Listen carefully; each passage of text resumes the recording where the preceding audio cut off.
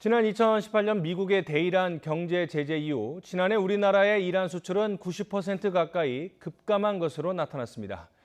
이번에 미국과 이란이 또 충돌하면서 우리의 수출은 물론이고 내수까지 위축될 수 있다는 지적이 나오고 있습니다. 김현우 기자입니다.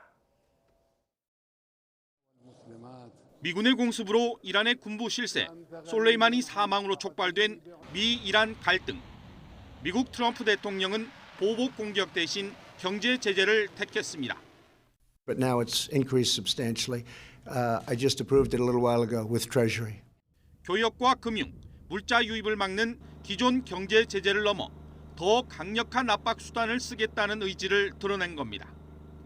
트럼프 대통령은 앞서 지난 2018년 이란 핵 합의 탈퇴를 선언하고 경제 제재를 복원했습니다. 당시 유럽 등 주요국 기업들이 이란에서 철수를 시작했고 중국 등 아시아 국가들로 확대됐습니다. 우리나라도 미국의 압박에 사실상 동참했습니다.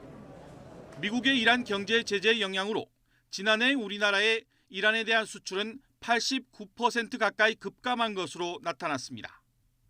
특히 우리나라의 감소율이 이란의 상위 수입 20개국 가운데 가장 컸습니다. 미국이 더 강력해진 경제 제재를 예고한 만큼 대이란 수출은 더 줄어들 것으로 보입니다. 문제는 미이란 갈등이 더 격화하거나 장기화할 경우입니다. 국제유가 등락에 민감한 우리 경제 구조상 중동 지역의 지정학적 불안은 자칫 내수 부진으로 확대될 수도 있습니다. 현재로서 봐서는 이런 전면전까지 갈 가능성은 적지만 과거에 이런 중동 지역의 어떤 지정학적 리스크 발생했을 때의 사례를 본다면 이런 것이 이제 유가 상승으로 이어지고 유가 상승에 인해서 물가 상승, 그다음에 이런 것들로 인해서 소비 심리가 약화되는. 금융당국은 미이란 갈등으로 우리 경제의 위험 요인이 증가하고 있지만 미중 무역 분쟁 완화와 반도체를 중심으로 수출이 회복세를 보이고 국제 유가도 하락세로 돌아서는 등 안정된 상황으로 접어들고 있는 만큼 과도한 불안 심리를 경계했습니다.